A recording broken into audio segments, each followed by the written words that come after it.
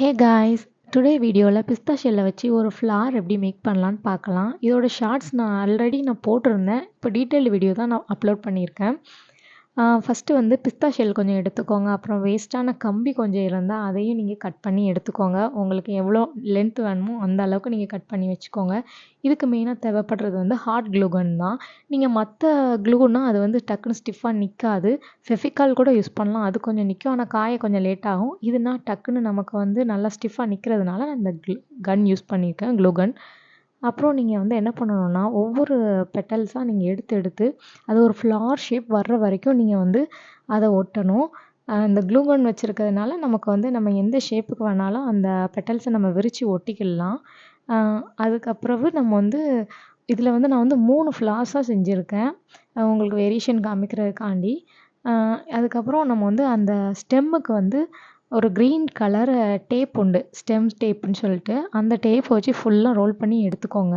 அது நமக்கு நல்லா ஸ்டிஃபாக நிற்கும். நம்ம கம் போட்டு ஒட்டணுங்கிற அவசியம் கிடையாது.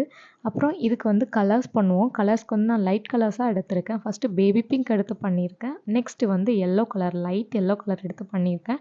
தேர்ட் ஒன்றுக்கு ப்ளூ கலர் போட்டிருக்கேன். நீங்கள் உங்களுக்கு என்ன கலர் வேணுமோ பண்ணிக்கோங்க. இதுக்கப்புறம் இது காஞ்சதுக்கப்புறம் நம்ம என்ன பண்ணணும்னா, அந்த பேபி பிங்க்கு மேலேயே திக் பிங்க் அப்படியே அந்த பெட்டல்ஸோட ஓரத்தில் மட்டும் லைட்டாக ஷேட் பண்ணுறோம். அதேமாரி எல்லோவுக்கு திக் எல்லோ கலர் ஷேட் பண்ணுறோம். அப்புறம் ப்ளூக்கும் அதே மாதிரி. அப்புறம் நல்லா அதை காய விடுங்க. காஞ்சதுக்கப்புறம் நமக்கு இதுக்கு ஒரு லீஃப் நம்ம ரெடி பண்ணுவோம். லீஃப் நமக்கு உங்களுக்கு எந்த ஷேப் வேணுமோ எடுத்துக்கோங்க.